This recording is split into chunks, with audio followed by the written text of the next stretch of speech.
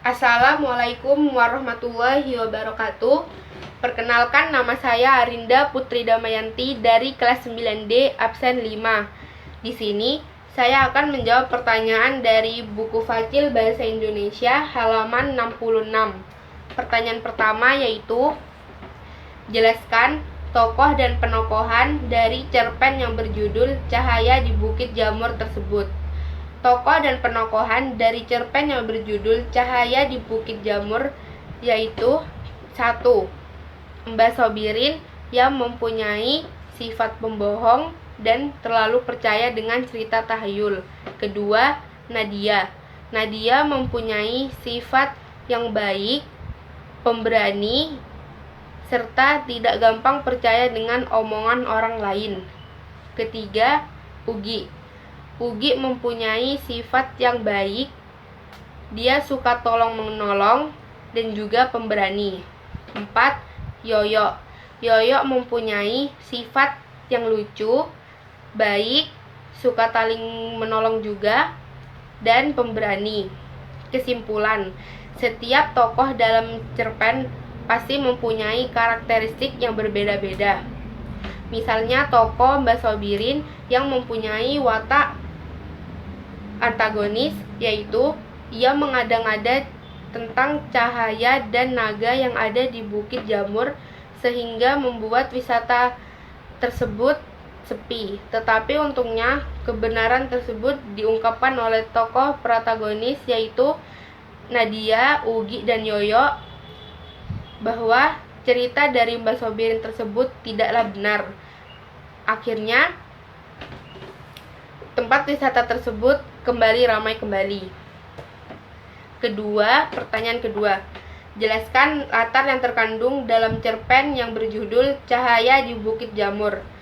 Latar yang terkandung dalam cerpen Cahaya di Bukit Jamur tersebut ada latar tempat yaitu di bawah pohon gayam, Bukit Jamur, sekolah, dan perpustakaan. Kedua, latar waktu yaitu jam 1 malam, sore menjelang maghrib, langit berangsur gelap, malam purnama. Ketiga, latar suasana yaitu ketakutan, sunyi, dan senang. Kesimpulan, di dalam cerpen tersebut terdapat latar tempat, latar waktu, dan latar suasana. Pertanyaan ketiga, jelaskan alur cerita pendek yang berjudul Cahaya di Bukit Jamur. Alur cerita pendek Cahaya di Bukit Jamur tersebut yaitu termasuk alur maju, karena penulis menuliskan cerpen tersebut dimulai dari pengenalan tokoh serta penyelesaian konflik yang disusun secara berurutan atau sistematis.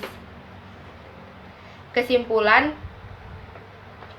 cerpen Cahaya di Bukit Jamur tersebut dimulai dengan pengenalan tokoh, lalu muncul konflik, yaitu Mbah Sobirin menyebar cerita tentang cahaya dan naga yang ada di Bukit Jamur, serta muncul puncak masalah yaitu karena cerita Mbah Sobirin, para anak-anak, remaja maupun orang tua takut untuk pergi ke tempat wisata Bukit Jamur karena adanya naga tersebut, sehingga tempat wisata tersebut menjadi sepi. Dan juga ada penurunan masalah yaitu ketika Nadia, Ugi, dan Yoyo mencari kebenaran tentang Bukit Jamur tersebut. Ternyata setelah terungkap, cerita dari Mbah Sobirin tersebut tidaklah benar.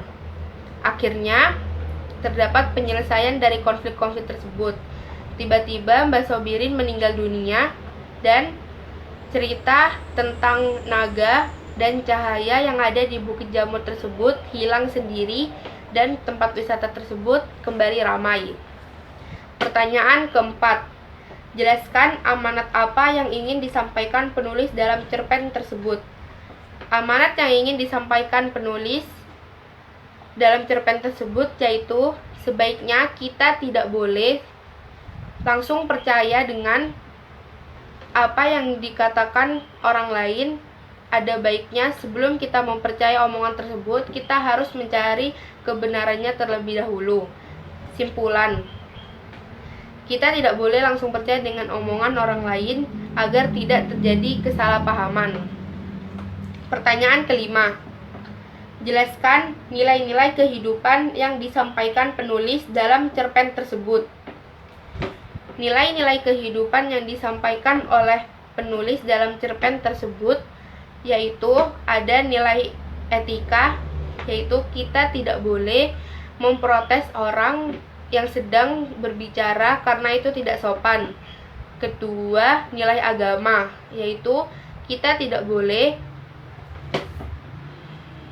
menyebar cerita bohong kepada semua orang.